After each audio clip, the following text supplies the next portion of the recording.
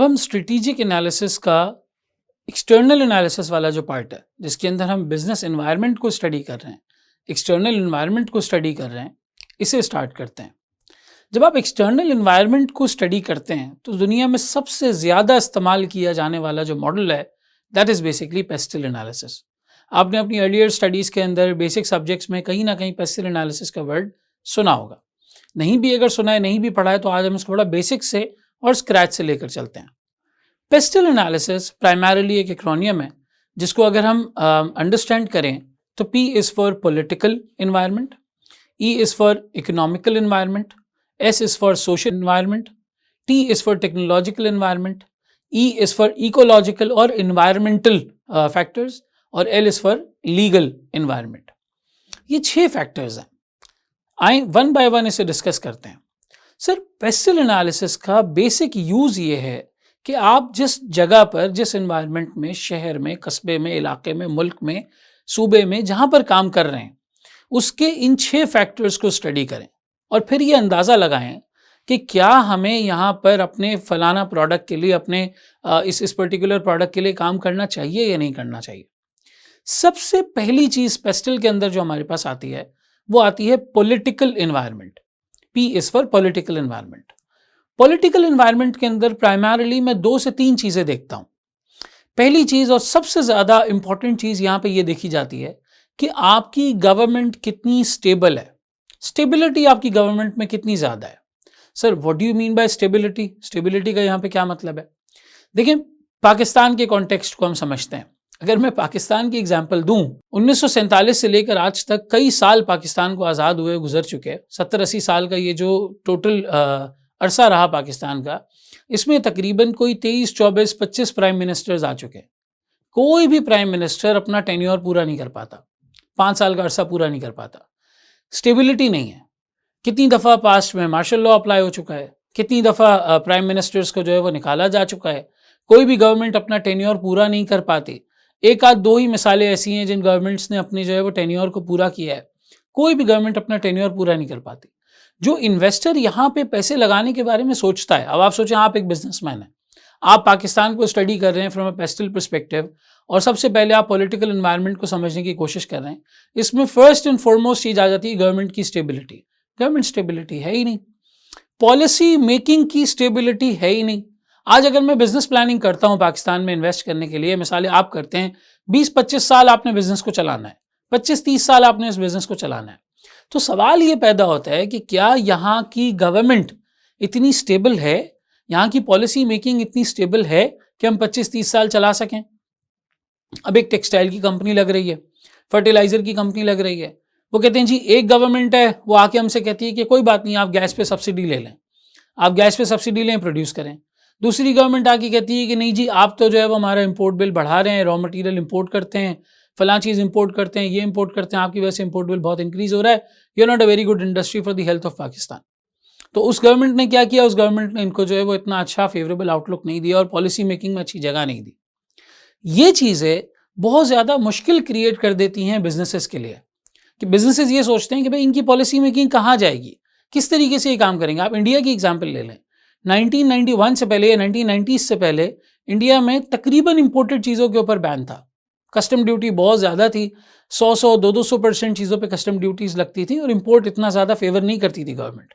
लेकिन 1990s में liberalisation policy जब वहाँ पर आई, तो लिबरलाइजेशन पॉलिसी के बाद कस्टम ड्यूटीज़ को कट डाउन किया गया, इंपोर्ट की इजाज़त दी गई।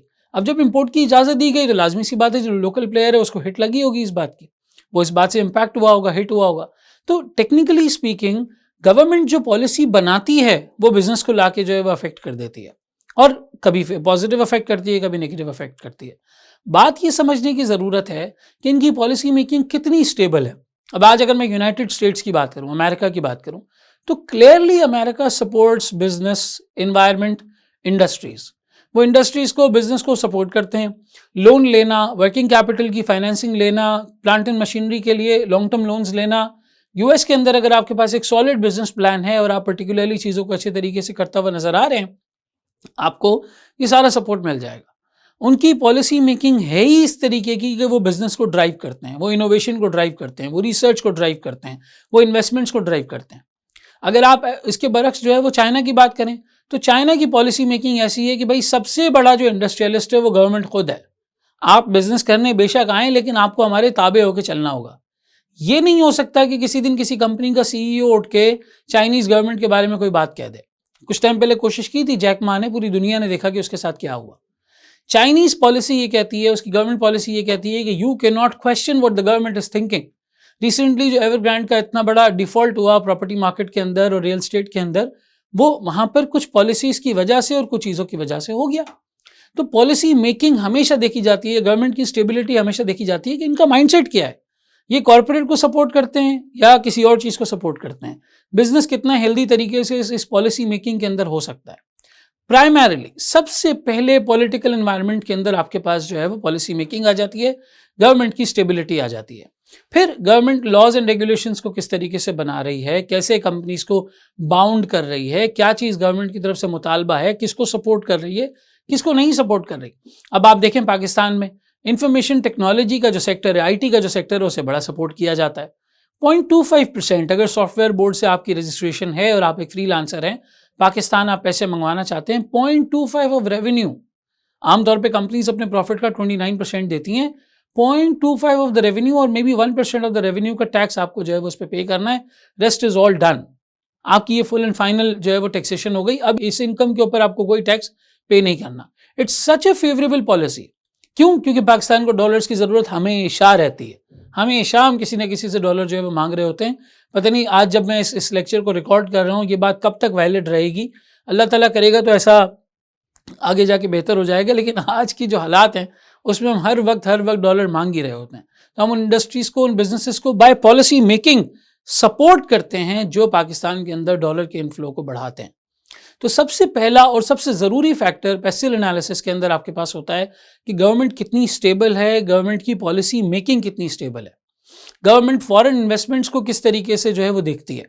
फिर उसके बाद दूसरी चीज़ आ जाती है फॉरेन ट्रेड रेगुलेशंस, कि अगर आप ट्रेडिंग कर रहे हैं, आप इंपोर्ट एक्सपोर्ट की तरफ जा रहे हैं, आप इस तरह का बिजनेस कर रहे हैं, क्रॉस बॉर्डर काम कर रहे हैं एक मुल्क के अंदर रहकर, तो कितना उसको फेवर किया जाएगा, कितना उसको सपोर्ट किया जाएगा। गवर्नमेंट ने जो रूल्स रेगुलेशंस पॉलिसीज आपके लिए बनाई हुई हैं वो कितनी ज़्यादा एप्लीकेबल है। आप देखें हमारे यहाँ पाकिस्तान में एक आइडेंटिटी क्राइसिस है। हम इकोनॉमिकली आगे बढ़ना चाहते हैं, नहीं बढ़ना चाहते, हमें पता ही नहीं है। कोई कहता है जी ज़्यादा पैसे कमाना तो जो है वो गलत बात हो जाती है और लोग जो हराम कमाते हैं वही ज़्यादा पैसे कमा सकते हैं। इस तरह की बातें पाकिस्तान के अंदर हैं। कभी सेठ को बात समझ नहीं आती, कभी एंटरप्रेन्योर को बात समझ नहीं आती, कभी पाकिस्तान की गवर्नमेंट को बात समझ नहीं आती। रास्ता ही क्लियर नहीं है। पड़ोसी ममालिक देखें तो वो बहुत क्लियर है, पर्टिकुलरली क्लियर है। श्रीलंका तो अपने डिफॉल्ट के बाद बहुत कुछ सीख चुका है कि भाई हमारी प्रायोरिटीज़ क्या होनी चाहिए, हमें कैसे आगे बढ़ना चाहिए। इंडिया 1990s में जब लिबरलाइजेशन पॉलिसी आई उसके बाद से बहुत ज़्यादा बदल चुका है। They are clear on this कि भाई बिजनेस को लेके हमारे ये स्टांस है, हम अगले 10 साल 20 साल 15 साल 20 साल के अंदर यहाँ पहुँचना चाहते हैं। यूएई, सऊदी अरेबिया, आप एज लॉन्ग एज आप इन्वेस्टमेंट लेके आ रहे हैं वहाँ पे, एज लॉन्ग एज आप वहाँ पे इन्वेस्टमेंट लेके आ रहे हैं, they would welcome you, they would want कि आप यहाँ पे आके बिजनेस लगाएं। अच्छा, अब अगर पॉलिसी मेकिंग की एग्जांपल है या पॉलिटिकल एनवायरनमेंट की एग्जांपल है, आप सऊदी की एग्जांपल ले लें। सऊदीज बादशाही निज़ाम कंप्लीटली जो वहाँ के किंग ने कह दिया, जो वहाँ की रॉयल फैमिली ने कह दिया, वही होना है सबके लिए। आज जो उनकी पॉलिसी मेकिंग है under the leadership of Mohammed bin Salman, वो पर्टिकुलरली ये बात को एक्टिवेट करती है कि भाई आप बिजनेस लाएं, लेकिन वहाँ पे बिजनेस इन्वेस्ट करना, ओपन करना इतना महंगा है कि हर बंदा नहीं आ सकता। तो इनकी पॉलिसी मेकिंग क्लियरली बताती है कि भाई ये हमारा बेंचमार्क है, जो इस बेंचमार्क को मीट करे वो यहाँ इन्वेस्टमेंट करे, जो इस बेंचमार्क को मीट नहीं कर सकता हमें सस्ते लोगों की ज़रूरत नहीं है। लेकिन अगर आप रास अल खैमा की बात करें, आप शारजा की बात करें, आप जो है वो यूएई के छोटे जो स्टेट्स हैं उनकी बात करें, वो आपको वेलकम करेंगे। आप बहरीन की बात करें, वो आपको वेलकम करेंगे। वहाँ की पॉलिसी मेकिंग ऐसी है कि यार आपके पास कम पैसे भी हैं, आप यहाँ पे आके बिजनेस स्टार्ट कर लें, बस आप बिजनेस लगा लें यहाँ पर। तो वो पॉलिसी मेकिंग गवर्नमेंट का जो आउटलुक है वो बताता है कि जी पॉलिटिकल एनवायरनमेंट कैसा है। और फिर उसके बाद जो ये पॉलिटिकल पार्टीज़ के झगड़े, ऑपोजिशन में ये है, फलाना में ये है, पार्लियामेंट का ये स्ट्रक्चर है, ये सारी चीज़ें इसके अंदर आ जाती हैं। इससे पता चलता है कि आपकी गवर्नमेंट कितनी स्टेबल है, कितनी साउंड है, कितनी प्रोफेशनल है, किस तरह से बिजनेस को देखती है। So first and the foremost thing, आप किसी भी मुल्क में इन्वेस्टमेंट करने जा रहे हैं, किसी भी मुल्क में बिजनेस करने जा रहे हैं, चाहे वो आपका अपना मुल्क हो, चाहे वो बाहर किसी मुल्क में आप काम करने जाएं, सबसे पहले वहाँ का पॉलिटिकल एनवायरनमेंट आपने अंडरस्टैंड करना है। पॉलिसी मेकिंग कैसी है, स्टेबिलिटी कैसी है, फॉरेन ट्रेड रेगुलेशंस कैसी हैं, गवर्नमेंट ने कैसे रूल्स रेगुलेशंस वगैरह बनाए हुए हैं। ठीक है, सबसे पहले ये बात पॉलिटिकल एनवायरनमेंट के अंदर आ जाती है। उसके बाद अगला फैक्टर आ जाता है हमारे पास इकोनॉमिक फैक्टर। अगर मैं इकोनॉमिक फैक्टर की बात करूं तो ये देखा जाता है कि वहां पे इन्फ्लेशन कैसा है, वहां पर कॉस्ट और रेवेन्यूज किस तरीके से फ्लो करते हैं, करेंसी कितनी पावरफुल है, कितना ज़्यादा वो ग्लोबल करेंसी इंडेक्स के अंदर अपनी वैल्यू रखती है, किस तरीके से वहाँ पे इकोनॉमिक फैक्टर्स जो है वो फ्लो करते हैं, इंटरेस्ट रेट्स क्या हैं, इन्फ्लेशन क्या है, करेंसी कितनी स्ट्रांग है, गवर्नमेंट के पास रिजर्व्स कितने हैं, फॉरेन एक्सचेंज रेगुलेशंस वगैरह कैसे हैं, ये सारी चीज़ें यहाँ पे इकोनॉमिक फैक्टर्स के अंदर देखी जाती हैं। अब आप देखें ना, कोई जादू थोड़ी है कि सऊदी अरेबिया बेशक अपना ऑयल सबसे ज़्यादा चाइना को सेल कर रहा है। आज अगर मैं देखूं तो सऊदी मार्केट का सबसे ज़्यादा ऑयल का सबसे बड़ा बायर चाइना है, चाइना सबसे ज़्यादा ऑयल परचेस करता है। लेकिन चाइना को ऑयल सेल करने के बाद जो पैसे वहाँ से रिकवर होते हैं वो सऊदी अरेबिया यूएस के ट्रेजरी बॉन्ड्स में इन्वेस्ट करता है, यूएस के ट्रेजरी बॉन्ड की मार्केट के अंदर इन्वेस्ट करता है। क्यों करता है? उस हिसाब से क्योंकि वहाँ पे उसको वो रेट्स मिल जाते हैं, इतनी बड़ी आप कह लें कि ट्रांजैक्शन या इतना बड़ा अमाउंट यूएस के ट्रेजरी बॉन्ड्स के अंदर कंज्यूम हो जाता है। और प्लस डॉलर के अंदर अपने पैसे रखने का मतलब यह है क्योंकि वहाँ पे इतनी ज़्यादा इन टर्म्स ऑफ यूएसडी बहुत ज़्यादा इन्फ्लेशन नहीं होती, बहुत ज़्यादा वो करेंसी जो है वो वीक नहीं है। पाकिस्तानी करेंसी की मैं बात करूँ तो 10-15% डिप्रिशिएट होना पीकेआर का या 15-20% डिप्रिशिएट होना पीकेआर का, ये तो नॉर्मल है। अगर 25-50% डिप्रिशिएट हो जाए तो लोग चिल्लाना शुरू करते हैं कि भाई ये क्या हो गया, वरना 10-15% की इन्फ्लेशन होना, 10-15% का इंटरेस्ट रेट होना, 10-15% की डिप्रिसिएशन होना अपनी करेंसी के ऊपर, ये कोई बड़ा मसला नहीं है। पाकिस्तान के अंदर लोग इसे एक्सेप्ट करके चलते हैं। यहाँ की इन्फ्लेशन का मामला भी सारा यही है। अभी रिसेंटली शेल ने अनाउंस किया कि वो पाकिस्तान से एग्जिट कर रहे हैं। अब आप शेल की एग्जिट करने का रीज़न सोचें, टेलीनॉर ने पाकिस्तान से एग्जिट किया, आप टेलीनॉर के एग्जिट करने का रीज़न सोचें। प्राइमरीली ये रीज़न यही है, वो कहते हैं यार हम $1 की इन्वेस्टमेंट करते हैं पाकिस्तान में। फॉर एग्जाम्पल हमने $1 की इन्वेस्टमेंट करी, वो डॉलर उस वक्त जो है वो ₹200 का था। अब ₹200 हमने पाकिस्तान में इन्वेस्ट कर दिए, बहुत मेहनत करके हमने ₹200 की इन्वेस्टमेंट को 250, 260, 280 बनाया, 290 बनाया, ₹300 बनाया, बहुत मेहनत करके। लेकिन जब वो पैसे बाहर निकालने की बारी आई और हमने उस पीकेआर को डॉलर में कन्वर्ट किया तो अब डॉलर ही ₹300 तक पहुंच गया है। तो जब $1 ही इन्वेस्ट किया और $1 ही हमने बाहर निकाला तो डॉलर टर्म्स में हमने क्या कमाया? हमने कुछ भी नहीं कमाया। इन्फ्लेशन या आप कह लें कि करेंसी की डिप्रिसिएशन इतनी है कि करेंसी की डिप्रिसिएशन की वजह से सारा मसला आ जाता है। और फिर अगर करेंसी स्ट्रांग हो तो लोगों के पास बाइंग पावर भी होती है, लोग उतनी चीज़ें परचेज भी कर सकते हैं। आईफोन की सेल्स पाकिस्तान में, मतलब ये कोई ना समझ में आने वाली बात नहीं है कि पाकिस्तान में आईफोन की सेल्स इतनी नहीं है जितनी वहाँ पर है जहाँ करेंसी स्ट्रांग है। बिकॉज करेंसी स्ट्रांग है, वो अफोर्ड कर सकते हैं। हमारे यहाँ अफोर्ड ही नहीं किया जा सकता। मैं एक्सचेंज रेट पर कोई बात भी नहीं कर सकता कि इतना ज़्यादा फ्लक्चुएट करता है पाकिस्तान का एक्सचेंज रेट कि आज अगर कोई एग्जाम्पल दूंगा तो वो कल को वैलिड समझ ही नहीं आएगी।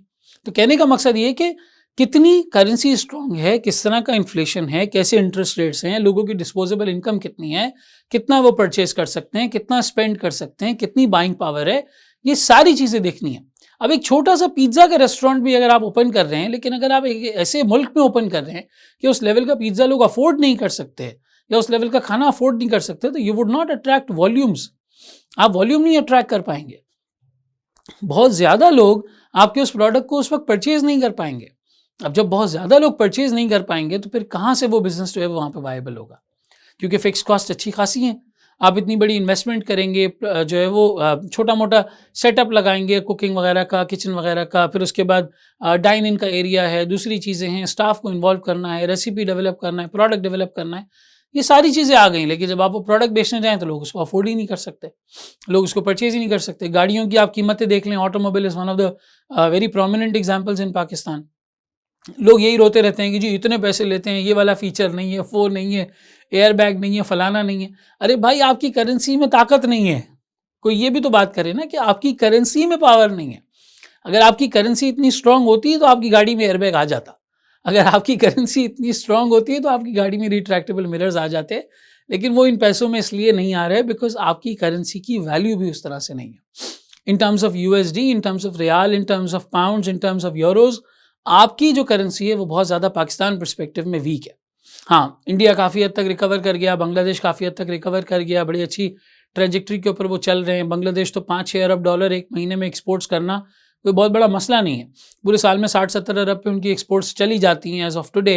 लेकिन कहने का मकसद ये कि इन सारी चीज़ों से ये एनालिसिस किया जाता है कि इकोनॉमिक फैक्टर्स कैसे हैं, इन्फ्लेशन कैसी है, इंटरेस्ट रेट्स कैसे हैं, डिस्पोजेबल इनकम कैसी है, लोग क्या अफोर्ड कर सकते हैं, क्या अफोर्ड नहीं कर सकते। ये सारी चीज़ें हमारे पास इकोनॉमिक फैक्टर्स के अंदर जो है वो शामिल होती हैं और इकोनॉमिक फैक्टर्स के अंदर आ जाती हैं। जब आप ये अंडरस्टैंड करते हैं तो आपको पता चलता है कि हाँ, मेरे बिजनेस की वायबिलिटी इस इन्वायरमेंट में कैसी होगी। तो सबसे पहले हमने देखा पॉलिटिकल पर्सपेक्टिव, फिर हमने देखा इकोनॉमिक पर्सपेक्टिव, PE। अब आता है S, that is social perspective.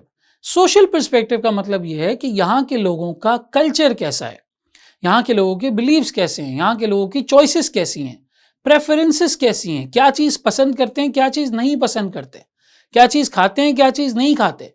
अब मैकडॉनल्ड्स अगर इंडिया में ऑपरेट कर रहा है तो उसे लाजमी वेजिटेरियन जो है वो चॉइसेस निकालनी पड़ेंगी, क्योंकि वहाँ पे खासी बड़ी आवाम है जो वेजिटेरियन साइड के ऊपर मौजूद है। इसलिए वो आलू की टिकिया वाले बन कबाब, बर्गर और ये सारी चीज़ें मैकडॉनल्ड्स ने किसी टाइम पे जो है वो इंडिया के अंदर स्टार्ट किए थे। पाकिस्तान की अगर मैं बात करूँ या मुस्लिम ममालिक की अगर मैं बात करूँ, हलाल meat is a compulsory thing. आपको लाजिम व मलजूम हलाल मीट का कोई ना कोई सिस्टम बनाना है तो ये फॉरेन कंपनीज यहाँ पे ऑपरेट कर सकती हैं, वरना ये यहाँ पे ऑपरेट नहीं कर सकते। फूड पैंडा की अगर आप एप्लीकेशन देखें तो फूड पैंडा पाकिस्तान के फेस्टिवल्स के हिसाब से डिस्काउंट्स, प्रोमोज और ये सारी चीज़ें जो है वो लेकर आता है, क्योंकि सोशली यहाँ पर जो कल्चर एक्सेप्टेबल है, यहाँ पर जो इवेंट्स हैं और जिस तरीके से चीज़ों को यहाँ पर ऑर्गेनाइज किया गया है सोशल परस्पेक्टिव से, वो अगर आपके कंज्यूमर से रिलेट कर पा रहा है, आपके प्रोडक्ट से रिलेट कर पा रहा है, तो कंज्यूमर उसको परचेज करेगा। लोगों की हैबिट्स कैसी हैं, लोगों की प्रेफरेंसेस कैसी हैं, लोगों की सोच कैसी है, ये सारी चीज़ें सोशल पर्सपेक्टिव में आती हैं। लोगों की प्रेफरेंसेस, सोच, इसके अलावा आप देखें तो सोशल पर्सपेक्टिव में लोगों का लाइफस्टाइल, एटीट्यूड, डिस्पोजेबल इनकम, क्या चीज़ पसंद करते हैं, क्या चीज़ नहीं पसंद करते, जो प्री लव्ड क्लोथ्स हैं जिन्हें किसी ने पहले एक दफ़ा थोड़ा टाइम पहन लिया है और वो यूज्ड क्लोथिंग या वॉन्ट क्लोथिंग की कैटेगरी आती है। पाकिस्तान के अंदर ख़ासतौर पे कराची, इंटीरियर सिंध के जो एरियाज़ हैं, बहुत ज़्यादा यहाँ पे इस तरह की आवाम रहती है जो इन चीज़ों को अफोर्ड कर सकती है। तो इसकी एक बहुत बड़ी मार्केट है यहाँ पे। यूज्ड चीज़ें, रिफर्बिश्ड लैपटॉप्स जो बाहर से आते हैं, कपड़े जो यूज्ड बाहर से आते हैं, जूते वगैरह आते हैं, बहुत बड़ी स्टेबल मार्केट यहाँ पे मौजूद है। सोशली लोग इसको जो है वो इतना ज़्यादा बुरा नहीं समझते और अफोर्ड कर सकते हैं उन प्रोडक्ट्स को। तो एक बहुत बड़ी मार्केट है, मैस लेवल के ऊपर बहुत बड़ी क्वांटिटी है जो इस तरह के प्रोडक्ट्स को परचेज करती है। तो सोशल पर्सपेक्टिव से अगर हम देखें तो इसमें पॉपुलेशन की डेमोग्राफिक्स, सोशल मोबिलिटी, इनकम की डिस्ट्रीब्यूशन, लाइफस्टाइल के changes, attitudes to work, levels of education, ये सारी चीज़ें आ जाती हैं। अब यूएस में बहुत ज़्यादा, अमेरिका के अंदर ये कल्चर नहीं है कि वो गाड़ियों की जो है वो यूज्ड गाड़ियों की इतनी ज़्यादा एक्विजिशन करें और उसको परचेज करें। जापान में भी ऐसा नहीं है, तभी जापानीज़ गाड़ियाँ बहुत ज़्यादा बड़ी क्वांटिटी में यहाँ पर आती हैं। वहाँ पे लोग 3-4 साल अपनी गाड़ियों को इस्तेमाल करके फिर जब उन्हें लगता है कि यार अब हम इसे काफ़ी इस्तेमाल कर चुके हैं, वो उसे स्क्रैप में दे देते हैं या एक बहुत नॉमिनल वैल्यू के ऊपर जो है वो सेल कर देते हैं। लेकिन यहाँ पे सोशल कल्चर और लोगों की डिस्पोजेबल इनकम ऐसी है कि यहाँ वो गाड़ियाँ आती है और उन्हें एक्सेप्ट किया जाता है, उनको थोड़ा बहुत अमेंडमेंट करके, चीज़ें करके, रिपेयर एंड मेंटेनेंस की चीज़ें करके सोशली यहाँ पे बेचा जाता है। लोग एक्सेप्ट भी करते हैं और उनको अच्छा भी लगता है। तो वॉन्ट क्लोथिंग की आप एग्जांपल ले लें, आप जो है वो यूज्ड कार्स की, यूज्ड लैपटॉप्स की एग्जांपल ले लें, अच्छी क्वालिटी लोगों को महसूस होती है, वो उन्हें परचेज कर लेते हैं क्योंकि उनकी इनकम लेवल्स भी उसकी इजाज़त देती हैं, वो लेवल ऑफ क्वालिटी भी उन्हें अच्छी मिल जाती है। लोकल प्लेयर्स शायद उस तरह की क्वालिटी देते हैं या नहीं दे पाते, वन ऑफ द 2 फैक्टर्स, कोई भी बात हो सकती है, लेकिन सोशली इस तरह की चीज़ों को एक्सेप्ट किया जाता है।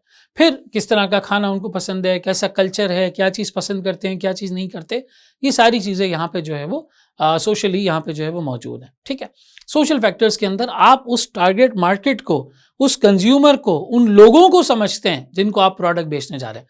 इसकी एक और बहुत अच्छी एग्जाम्पल, अब मिसाल आप में से कोई सोचता है कि मुझे जो है वो रेस्टोरेंट स्टार्ट करना है, तो अब रेस्टोरेंट 2 तरह के होते हैं। एक होते हैं क्विक गो फास्ट फूड टाइप के रेस्टोरेंट्स, एक होते हैं कि जी वहाँ पे फाइन डाइन का और बिल्कुल प्रॉपर खाने पीने का ज़बरदस्त किस्म का सिस्टम है। अब अगर आप एक ऐसे एरिया के अंदर रेस्टोरेंट ओपन कर रहे हैं जहाँ पे बहुत ज़्यादा स्टूडेंट्स आते जाते हैं, बहुत ज़्यादा एजुकेशनल इंस्टीट्यूट्स हैं, या मिसाल के तौर पे कोचिंग सेंटर्स हैं बहुत सारे, और उसके करीब में आपने कोई रेस्टोरेंट ओपन करना है, तो कोई बहुत बड़ी तादाद फाइन डाइन के लिए, इस तरह की चीज़ों के लिए यहाँ पे नहीं आएगी। अब आप मिसाल के तौर पे रेस्टोरेंट ओपन कर रहे हैं समंदर के साथ, या कोई लेक है, कोई इस तरह का अच्छा जो है वो अच्छी सीनरी वाला कोई इस तरह की लोकेशन है, आप वहाँ पे रेस्टोरेंट ओपन कर रहे हैं, तो अब वहाँ पे लोग इस तरह की कैजुअल मीटिंग्स के लिए, कैजुअल मुलाकात के लिए, फैमिली गैदरिंग्स के लिए, अच्छे एक्सपीरियंस के लिए वहाँ पर आएंगे। नॉर्मली हाईवे वगैरह की जो रेस्टोरेंट्स होते हैं उनको इस तरह से जो है वो बनाया जाता है। अब ये सोशल फैक्टर है ना कि यार अगर एजुकेशन इंस्टीट्यूट्स के पास है तो कोई फाइन डाइन करने वहाँ पर नहीं आएगा, कोई बहुत एग्जीक्यूटिव मीटिंग या एग्जीक्यूटिव डिनर करने या बहुत अच्छी कोई फॉर्मल फैमिली गैदरिंग के लिए वहाँ पे नहीं आया जाएगा, कोई छोटी मोटी तकरीबात के लिए वहाँ पे लोग नहीं आएंगे। वो बस इंस्टीट्यूट से आधे घंटे की छुट्टी हुई है या ब्रेक मिला है एक आधे एक घंटे का, तो वहाँ पर आएंगे, फटाफट से फास्ट फूड खाएंगे और चले जाएंगे। अब आप फ्राइड चिकन वाला सेगमेंट देख लें, जो KFC का सेगमेंट है। KFC ने हमेशा से ऐसी जगहों पे अपने आउटलेट्स ओपन किए जहाँ पे फुटफॉल बहुत ज़्यादा है, जहाँ पे लोग बहुत ज़्यादा हैं, और प्राइसिंग उन्होंने अपनी कम की है। उनकी प्राइसिंग रिलेटिवली कम होने की वजह से जो ब्रोस्ट एक नॉर्मल ब्रोस्ट की प्राइसिंग पे KFC आ चुका है, वो इसलिए आ गया है क्योंकि उन्होंने अपने पोल्ट्री फार्म्स खुद रखे हुए हैं, वो अपनी चिकन वगैरह को खुद सारा कुछ जो है वो मैनेज करते हैं और अपनी कॉस्ट को वहाँ से रिड्यूस कर लेते हैं। लेकिन हमेशा आउटलेट वहाँ ओपन करते हैं जहाँ फुटफॉल ज़्यादा हो, जहाँ ज़्यादा लोग आ सकें, और अफोर्डेबल प्राइसिंग में रखते हैं, जो पाकिस्तान कॉन्टेक्स्ट में मैं आपसे जो है वो बात कर रहा हूँ। तो सोशल फैक्टर्स का मतलब ये होता है कि आप उस कस्टमर को, कंज्यूमर को, बायर को, परचेजर को अंडरस्टैंड करें जिसके लिए आप प्रोडक्ट लेकर आ रहे हैं। तो पॉलिटिकल, इकोनॉमिकल, सोशल, ये 3 फैक्टर्स पेस्टल के अंदर आते हैं। आए अगले फैक्टर की तरफ मूव करते हैं, that is technological. Technological factor का बेसिक मतलब जैसे सुन के भी समझ आ रहा है, टेक्नोलॉजी रिलेटेड, लेकिन यहाँ पे प्राइमरीली ये देखा जाता है कि रिसर्च के ऊपर, इनोवेशन के ऊपर, नए टेक्नोलॉजिकल आइडियाज़ के ऊपर स्पेंडिंग कितनी ज़्यादा है, फोकस कितना ज़्यादा है। आज माइक्रोसॉफ्ट ने ओपन AI के अंदर पहले $1 बिलियन इन्वेस्ट किया, करते करते $10 अरब तक की इन्वेस्टमेंट पे वो चले गए, $10 बिलियन की इन्वेस्टमेंट पे चले गए। इसका क्या मतलब है? ये दुनिया को एक मैसेज देती है। सिलिकॉन वैली की हम बात करें या हम हार्वर्ड की बात करें, इस तरह की जो बड़ी यूनिवर्सिटीज़ हैं उनकी बात करें, ये एक मैसेज देता है कि वेस्टर्न कंट्रीज़ में, जैसे फॉर एग्जांपल US हो गया, UK हो गया, ये इस तरह की टेक्नोलॉजी के ऊपर, इनोवेशन के ऊपर, नई रिसर्च के ऊपर, नई टेक्नोलॉजी के ऊपर पैसा इन्वेस्ट करते हैं। बाकायदा स्टार्टअप्स को फंडिंग मिलती है जो इस तरह के आइडियाज़ को इनकलकेट कर सकें, इस तरह के आइडियाज़ पे काम कर सकें, रिसर्च कर सकें। अगर मैं उसी के बरक्स पाकिस्तान कॉन्टेक्स्ट को देखूं तो टेक्नोलॉजिकल पर्सपेक्टिव से हमारे यहाँ कोई ख़ास इतनी मेजर इन्वेस्टमेंट वगैरह नज़र नहीं आती। 1950s 1960s के अंदर इंडिया ने जो IITs और MITs के ऊपर इन्वेस्टमेंट की थी, वहाँ की यूनिवर्सिटीज़ के ऊपर इन्वेस्टमेंट की थी, वो यूनिवर्सिटीज़ की इन्वेस्टमेंट आज इंडिया को बहुत बड़ा फ़ायदा दे रही है। आप देखें तो कोई क्लोज टू $125 अरब की 150 क्लोज टू $150 बिलियन की इनकी तकरीबन IT की एक्सपोर्ट्स हैं, इंफॉर्मेशन टेक्नोलॉजी रिलेटेड एक्सपोर्ट्स हैं। और ये कोई इत्तेफाक नहीं है कि बहुत सारे इंक्लूडिंग गूगल, बहुत सारी कंपनीज़ के दुनिया में जो टेक कंपनीज़ के CEOs हैं वो बेसिकली इंडियन बैकग्राउंड रखते हैं, इंडिया का बैकग्राउंड रखते हैं। वो 60s 50s की जो टेक्नोलॉजिकल इन्वेस्टमेंट है वो आज इनको जो है फ़ायदा दे रही है। एप्पल का बाकायदा जो है वो सेटअप वहाँ पर मौजूद है, और दुनिया की बेशतर ममालिक को, बेशतर कंपनीज़ ने वहाँ पे जो है वो अपनी इन्वेस्टमेंट्स टेक्नोलॉजी पर्सपेक्टिव से की हुई हैं कि भाई यहाँ की गवर्नमेंट, यहाँ की पॉलिसी मेकिंग टेक्नोलॉजी को सपोर्ट करती है, नई रिसर्च, नए टेक्नोलॉजिकल प्रोडक्ट्स को, IT रिलेटेड प्रोडक्ट्स को सपोर्ट करती है। जब आप बिज़नेस ओपन करने जा रहे हैं अपना कहीं पर, और किसी बिज़नेस एनवायरनमेंट को आप एनालाइज़ कर रहे हैं, तो उस एनवायरनमेंट को एनालाइज़ करने के अंदर एक इंटीग्रल बात ये भी है कि वहाँ पे टेक्नोलॉजी में कितनी इन्वेस्टमेंट की जाती है, कौन से टूल्स, प्रोसेसेस, लोग इस तरह के अवेलेबल हैं जो ऐसे सिस्टम्स को ऑपरेट कर सकते हैं, इस तरह के सिस्टम्स पे काम किया जा सकता है, वहाँ पे हाईटेक ऑपरेशंस को जो है वो वहाँ पे ऑपरेट किया जा सकता है। सैडली, अनफॉर्चुनेटली पाकिस्तान की अभी ऐसी सिचुएशन नहीं है कि हम बहुत ज़्यादा टेक्नोलॉजी के ऊपर इन्वेस्ट करें। हम आज भी हम अपनी एक्सपोर्ट्स के लिए अगर कहीं पर देखते हैं तो वो टेक्सटाइल सेक्टर को ही देखते हैं। बहुत मेहनत करके तकरीबन $2-2.5 अरब की IT एक्सपोर्ट्स तक पहुंचने की पाकिस्तान ने कोशिश ज़रूर की है, लेकिन वो प्रायोरिटाइजेशन, वो टेक्नोलॉजी के ऊपर स्पेंडिंग, वो टेक्नोलॉजी के ऊपर इन्वेस्टमेंट वगैरह करना, वो सारी चीज़ें अभी इतनी ज़्यादा यहाँ पे मौजूद नहीं है। जापान का आप केस देख लें, हिरोशिमा नागासाकी कौन नहीं जानता। वर्ल्ड वॉर 2 में इतना बड़ा एटम बम उनके ऊपर जो है वो गिराया गया, न्यूक्लियर बम गिराया गया, लेकिन वो कौम दोबारा खड़ी हुई, आगे बढ़ी, टेक्नोलॉजी में पैसे लगाए। आज कुछ भी हो जाए, जापानीज़ प्रोडक्ट इलेक्ट्रॉनिक्स की सेगमेंट के अंदर, टेक्नोलॉजी के सेगमेंट के अंदर, टेक की दुनिया के अंदर जापानीज़ प्रोडक्ट, ताइवानी प्रोडक्ट, आप इन प्रोडक्ट्स को बिल्कुल एक अलग नज़रिए से जो है वो देखते हैं। बहुत ही एक डिफरेंट और ज़बरदस्त सा पर्सपेक्टिव इसके लिए जो है वो उनके जहन में आता है, यार अगर ये जापानीज़ प्रोडक्ट है, ये ताइवान का प्रोडक्ट है, तो ये बहुत अच्छा होगा। चाइना ने बहुत ज़्यादा अपनी प्रोडक्शन फैसिलिटीज़ के ऊपर, plant, machinery, massive production facilities, हज़ारों लोग एक फैक्ट्री के अंदर काम कर सकें, ऐसी टेक्नोलॉजी को इन्वेस्ट किया। बाकायदा आप ये जो है वो एग्जांपल्स में मैं ये चीज़ पढ़ चुका हूँ कि जर्मनी में जो ऑटोमोबाइल के प्लांट्स थे, ऑटोमोबाइल की फैक्ट्रीज थी, बाकायदा चाइनीज़ लोग वहाँ पर गए, जो पुराने डिस्कार्टेड प्लांट्स थे कि अब इन्हें बस ख़त्म करना है, उन मशीनरीज़ को, उन प्लांट एंड मशीनरीज़ को डिसमेंटल करके चाइना वापस लाए, और लाने के बाद उन्हें वैसे ही सेटअप किया ये समझने के लिए कि जर्मनी अपनी गाड़ियाँ किस तरीके से बनाता है।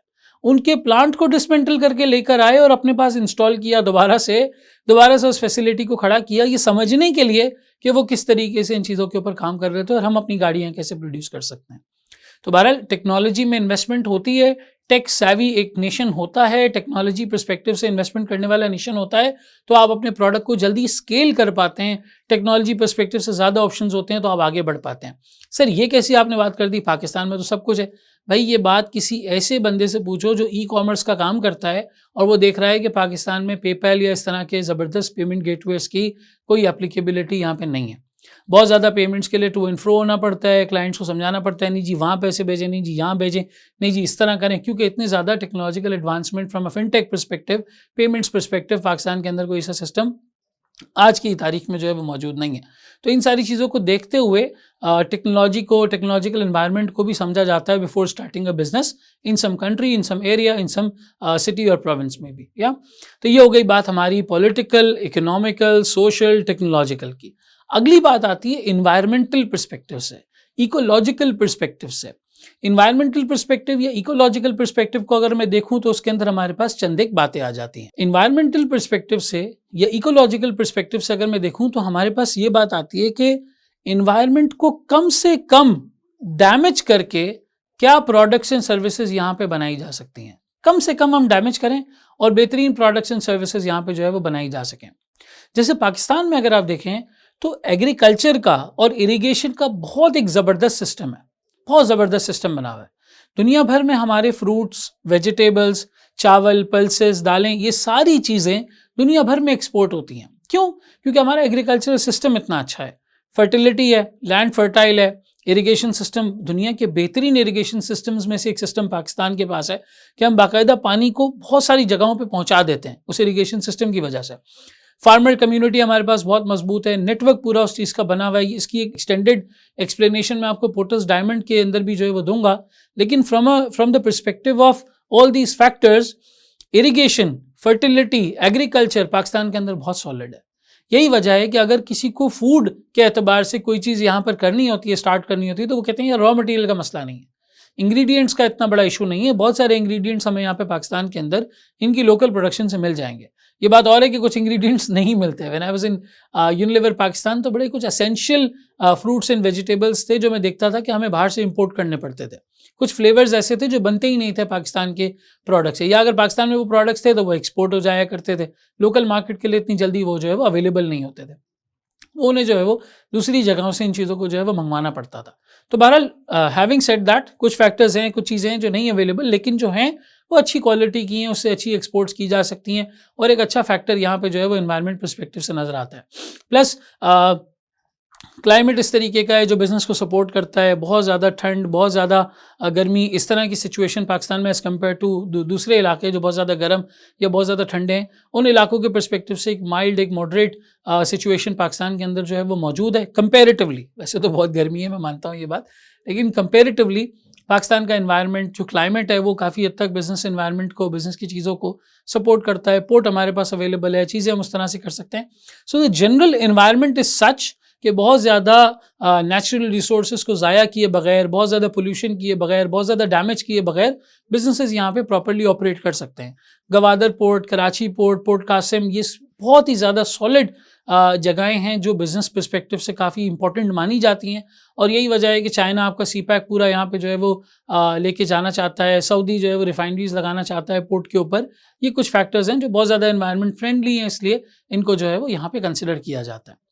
आखिरी बात आ जाती है हमारे पास लीगल फैक्टर या लीगल एनवायरनमेंट। देखो स्टूडेंट्स ना अक्सर लीगल को पॉलिटिकल से मिक्स कर देते हैं, ऐसा नहीं है। पॉलिटिकल के अंदर आपने देखी है पॉलिसी मेकिंग, गवर्नमेंट की स्टेबिलिटी, गवर्नमेंट की पॉलिसीज एंड रेगुलेशंस, कुछ हद तक थोड़ा बहुत आप वहाँ पे टैक्स का डिस्कशन कर सकते हैं। लेकिन लीगल एनवायरनमेंट के अंदर आता है द ईज ऑफ बिजनेस।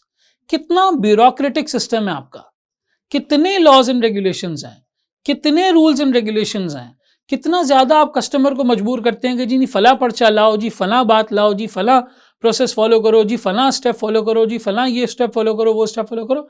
ये देखना होता है इसके अंदर। अब पाकिस्तान का अगर मैं लीगल सिस्टम आपको बताऊं, बहुत ही ज़्यादा ब्यूरोक्रेटिक है, बहुत स्टेप्स आपको फॉलो करने पड़ते हैं। अब भाई आपको कॉन्ट्रैक्ट करना है किसी के साथ, मैं किसी के साथ टिश्यू पेपर पे कॉन्ट्रैक्ट कर लूँ भाई, मुझे कौन मना करना है, मना करने वाला है। एक एग्रीमेंट है, मैंने टिश्यू पेपर पे लिख लिया, 2 लोगों ने साइन कर लिया, it's a valid agreement, it's a valid contract. नहीं जी, 500 रुपए का स्टैम्प पेपर लाओ, स्टैम्प पेपर पे लगाओ, नोटरी पब्लिक वाली की अटेस्टेशन करवाओ, तो आपका कॉन्ट्रैक्ट वैलिड होगा। हाउ, मतलब किस तरह का प्रोसीजर है ये? What is this kind of a procedure? क्यों मैं इस स्टैम्प पेपर के ऊपर इसको जो है वो रेगुलेट करूं और उसके ऊपर कॉन्ट्रैक्ट बनाऊं? मैं कॉन्ट्रैक्ट तो किसी भी पर्चे के ऊपर, किसी भी कागज के ऊपर कर सकता हूं, 2 पार्टीज उसके ऊपर एग्री कर सकती हैं, लेकिन नहीं, हमारे लीगल सिस्टम के अंदर मौजूद है, हमारे लॉज एंड रेगुलेशंस के अंदर मौजूद है। पाकिस्तान का sales tax is one of the most complex indirect taxes all around the world. आप पाकिस्तान के कॉर्पोरेट लॉज उठाएं, पाकिस्तान के सेल्स टैक्स के लॉज उठाएं, इनकम टैक्स के लॉज उठाएं, इतने कॉम्प्लेक्स हैं कि आप किसी कंसल्टेंट के बगैर उसको समझ ही नहीं सकते। अब मतलब आप भी ऐसे ही एक चार्टर्ड अकाउंटेंट या सर्टिफाइड चार्टर्ड अकाउंटेंट होंगे एक वक्त में, लेकिन कहने का मकसद ये कि इन ब्रेन्स के बगैर, इन लोगों के बगैर हम इसको समझ ही नहीं सकते। इतना ज़्यादा कॉम्प्लेक्स आपका लीगल एनवायरनमेंट है, कंपनी बनाने के प्रोसीजर्स, फिर जी मीटिंग्स करें, जी ये करें, जी ये करें, ये वाले प्रोसीजर फॉलो करें, ये वाले प्रोसीजर फॉलो करें। इन सारे प्रोसीजर्स को आपको यहाँ पे जो है वो फॉलो करना पड़ता है, इन सारी चीज़ों को जो है वो देखना पड़ता है। तो लीगल सिस्टम के अंदर आता है कि आपका कॉर्पोरेट लॉ कैसा है, ईज ऑफ बिजनेस कैसा है, बिजनेस पे लॉज एंड रेगुलेशंस कैसे अप्लाई होते हैं, किस तरह की policy rules and regulations companies के लिए जो है वो बनाए गए हैं।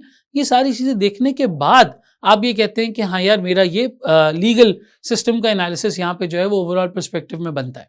और फिर उस लीगल सिस्टम के एनालिसिस को देखते हुए आप जो है वो देखते हैं कि जी कितने लॉज, रेगुलेशंस, चीज़ें होंगी, कंप्लाइंसेज होंगी कि हम इस कंपनी के अंदर ऑपरेट करें या ना ऑपरेट करें। जो लोग यूएस में कंपनी बनाने के बारे में सोचते हैं, वहाँ का भी कोई लीगल सिस्टम इतना आसान नहीं है, बहुत सारे लॉज एंड रेगुलेशंस वहाँ भी अप्लाई होते हैं। आपके एम्प्लॉयमेंट के रूल्स अप्लाई होते हैं, स्टेट के टैक्सेस अप्लाई होते हैं, फेडरल के टैक्सेस अप्लाई होते हैं, फेडरल के लॉज होते हैं, स्टेट के लॉज होते हैं, ये सारी चीज़ें वहाँ भी होती हैं। इसी तरीके से अगर आप दूसरे ममालिक को स्टडी करें, हर जगह पे अब कुछ ममालिक ऐसे होंगे जहाँ पे लॉज एंड रेगुलेशंस बहुत ही ज़्यादा कम है। ये कोई इत्तेफाक नहीं है कि बहुत सारे लोग स्विस बैंक में अपना अकाउंट खुलवाते हैं, पैसे लाने ले जाने के एतबार से वहाँ का जो लीगल सिस्टम है बड़ा लीनियंट सा है, टैक्सेशन सिस्टम बड़ा लीनियंट सा है, तो लोग वहाँ पे अकाउंट्स खुलवाते हैं, शेल कंपनीज वहाँ पे खुलवाते हैं।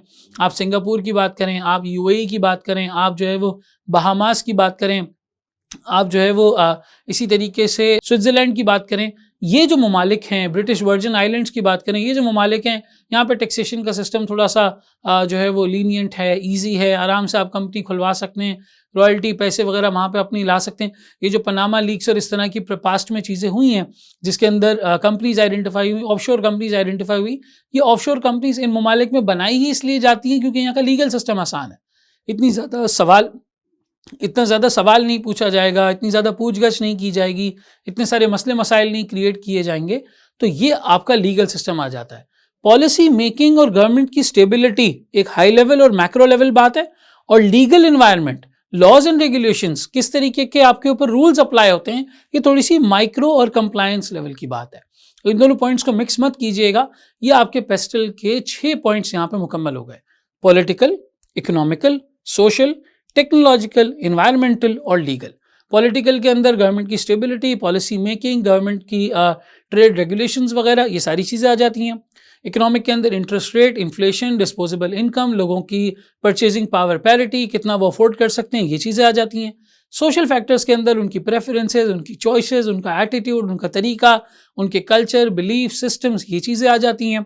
उसके बाद हमारे पास टेक्नोलॉजिकल में आ जाता है कि आप टेक्नोलॉजी पे कितनी इन्वेस्टमेंट कर रहे हैं। इन्वायरमेंटल का आ जाता है कि भाई इन्वायरमेंटली कौन से रिसोर्सेज अवेलेबल हैं, किस तरह का इन्वायरमेंट है काम करने के एतबार से। और लीगल के अंदर आ जाता है वो कौन से रूल्स एंड रेगुलेशंस हैं जो आपके ऊपर एप्लीकेबल हैं, कौन सी कंप्लायंसेज हैं जो आपके ऊपर एप्लीकेबल हैं, ये सारी चीज़ें यहाँ पर आ जाती हैं। सर एग्जाम में इसके ऊपर सवाल कैसे आएगा?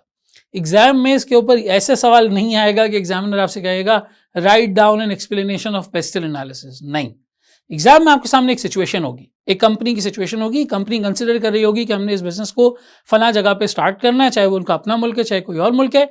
उस कंपनी के उस मुल्क के बारे में, उस जगह के बारे में आपको कुछ इन्फॉर्मेशन दी जाएगी और आपसे ये कहा जाएगा कि being a financial advisor, being a business advisor, being a business manager, आप ये बताएं कि पेस्टल के एतबार से वो कौन सी चीज़ें हैं यहाँ पे जो कंपनी के लिए फेवरेबल है और कंपनी को यहाँ पे काम स्टार्ट करना चाहिए या नहीं करना चाहिए। यानी कि बिजनेस करने के लिए एक्सटर्नल एनवायरनमेंट को एनालाइज करने का ये एक तरीका है और एग्जाम में भी यही एनालिसिस हमसे करवाया जाएगा। तो यहाँ तक आते आते हमने पेस्टल की एक्सप्लेनेशन को मुकम्मल कर लिया। अब हम प्रैक्टिकली पेस्टल को सवालात में कैसे अप्लाई किया जाता है इसके बारे में भी सीखेंगे। Thank you so much.